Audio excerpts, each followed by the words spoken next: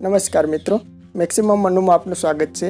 આજના વિડીયોમાં આપણે વોટ્સએપ માટે એક જ ખૂબ ઉપયોગી એપ્લિકેશનનો રિવ્યૂ છે તે આજના વિડીયોમાં કરશું। આ એપ્લિકેશનના ઉપયોગો અને તેની શું ફાયદા થાય છે તેનાથી તે આજના વિડીયોમાં જોઈશું। તો હું અહીં સર્ચ બારમાં છે તે ટાઈપ કરું છું તે એપ્લિકેશનનું નામ વોટ્સએપ ટૂલ્સ।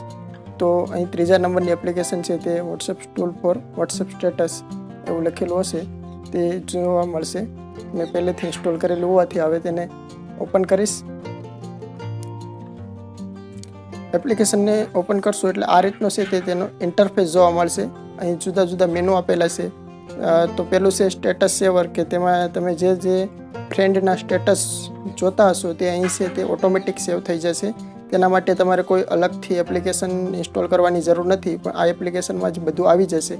અહીં છે તે પિક્ચર્સ છે તે જેટલા સ્ટેટસ જોયા છે તે પિક્ચર્સ અહીં સેવ થઈ જશે અને સાઈડમાં છે તે વિડીયો છે તે સેવ થઈ જશે। જેટલાના તમે સ્ટેટસ વિડીયો જોતા હશો તે અહીં છે ઓટોમેટિક સેવ થઈ જશે। ત્યારબાદ બીજું ઓપ્શન છે ડાયરેક્ટ સેટ કે તમે ગમે તે વોટ્સએપ નંબર નાખીને ડાયરેક્ટ છે તે તમે મેસેજ એને સેન્ડ કરી શકો છો। આ સિવાય 3 નંબરનો ઓપ્શન છે વોટ્સએપ અપડેટ। તેના પર ક્લિક કરશો એટલે તમારા ફોનમાં જે ઇન્સ્ટોલ હશે એપ્લિકેશન વોટ્સએપની તેનું હાલનું વર્ઝન અને કોઈ જો લેટેસ્ટ અપડેશન હશે તો અહીં બતાવશે। તો લેટેસ્ટ અપડેશન કરવા માટે તમે પ્લે સ્ટોર પર જઈ અને લેટેસ્ટ અપડેટ કરી શકો છો। આ સિવાય જોઈએ આગળ ફોરવર્ડ ટુ ઓલ।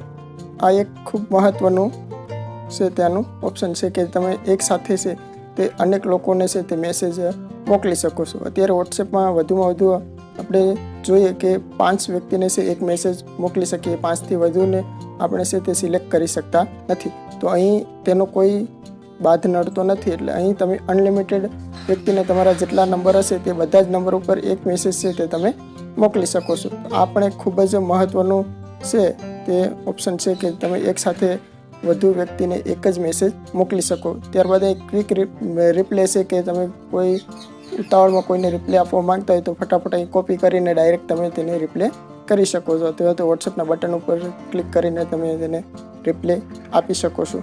ત્યારબાદ વોટ્સએપ ચેટ રિપોર્ટ છે, તો તમે વોટ્સએપમાં કોઈ વ્યક્તિ સાથે કેટલી ચેટ કરી છે તે અહીં તમને બતાવશે। અહીં છે તે કુલ મેસેજ બતાવશે અને તમે અને સામેની વ્યક્તિએ કુલ કેટલા મેસેજ કર્યા છે તે તમને અહીં બતાવશે। આ સિવાય કોઈ મીડિયા ફાઇલ સેન્ડ કરી હોય અથવા રિસીવ કરી હોય તો તમને અહીં બતાવશે। આમ જુદા જુદા છે વોટ્સએપનો ચેટ રિપોર્ટ છે તે તમે અહીં જનરેટ કરી શકો છો। ત્યારબાદ આગળ જોઈએ કેપ્શન સ્ટેટસ। કેપ્શન સ્ટેટસમાં તમને જુદા જુદા કોઈ સ્ટેટસો રાખવા હોય, જેમ કે જનરલ છે, બેસ્ટ છે, મોટિવેશન છે, સેલ્ફિશ છે, ક્લેવર, એમ ઓલ સ્ટેટસ કરશો તો તમને અહીં છે તે ઇંગ્લિશમાં છે જે જુદા જુદા સારા સુવિચારોનો સ્ટેટસો છે તે અહીં તમને જોવા મળશે। ટેક્સ્ટ સ્ટેટસ તેને તમે કોપી કરીને ડાયરેક્ટ છે તે વોટ્સએપમાં તમે એ રાખી શકો છો। આ સિવાય આગળ જોઈએ તો સ્ટોરી સ્ટેટસ છે કે અહીં જે કોઈ સ્ટોરી સ્ટેટસો હશે જેમ કે મ્યુઝિક છે, નેચરલ છે, બેકગ્રાઉન્ડ તે તમને અહીં છે તે જોવા મળશે। તેને તમે ડાયરેક્ટ છે વોટ્સએપમાં સ્ટેટસમાં તમે મૂકી શકો છો। ત્યારબાદ ફની ટેક્સ્ટ મેસેજ કે કોઈ તમારે અહીં મેસેજ છે તે ટાઈપ કરવાનો, જેમ કે હું લખું છું હાય વેલકમ એટલું લખશો। બસ ત્યારબાદ અહીં જો સ્ટાઇલિશ મેસેજ કરવો હોય તો તમે આ રીતનો છે સ્ટાઇલિશ મેસેજ કરી શકો। ફ્લિપ કરવો હોય તો ફ્લિપ કરી શકો, એટલે ઉલટું કરવું હોય તો તમે ઉલટું કરી શકો છો। અને આ જ ટેક્સ્ટને છે એ તમારે રિપીટ કરવો હોય તો એકસાથે છે તો તમે કેટલી ટાઈમ તમારે રિપીટ કરવો તો અહીં ખાલી અંકો નાખી દેવાનો, જેમ કે અહીં 10 છે અને હું 100 કરું તો 100 વખત છે આ મેસેજ છે તે રિપીટ થઈ જશે અને ડાયરેક્ટ છે તો તમારે કોઈને મોકલવો હોય તો તમે એકસાથે છે તે મોકલી શકો। ત્યારબાદ એમ્પ્ટી મેસેજ એટલે કે ખાલી એમને મેસેજ મોકલો તો તમે ખાલી મેસેજ પણ મોકલી શકો છો। આગળ જોઈએ સર્ચ પ્રોફાઇલ ઓન વોટ્સએપ। તમારે અહીં કોઈના પ્રોફાઇલ સર્ચ કરવા માંગતા હોય તો અહીં છે તે તમારે તેના મોબાઈલ નંબર નાખી અને તમે છે તેની પ્રોફાઇલ છે તે સર્ચ કરી શકો છો। ત્યારબાદ વોટ્સએપના કોઈ નવું ફીચર્સ આવ્યું હોય તો તે તમને અહીં છે તે જાણવા મળશે। અહીં તમને ડાયરેક્ટ વોટ્સએપના બ્લોગ ઉપર લઈ જશે કે ત્યાં કોઈ નવા ન્યૂઝ અથવા તો કોઈ એવી માહિતી હોય તો તમને અહીં છે તે જોવા મળશે। ત્યારબાદ આગળ જોઈએ તો ટ્રેન્ડિંગ પોસ્ટ છે, જે કોઈ ટ્રેન્ડિંગ પોસ્ટ હોય તો તમને અહીં છે ટ્રેન્ડિંગ પોસ્ટ છે તે જોવા મળશે।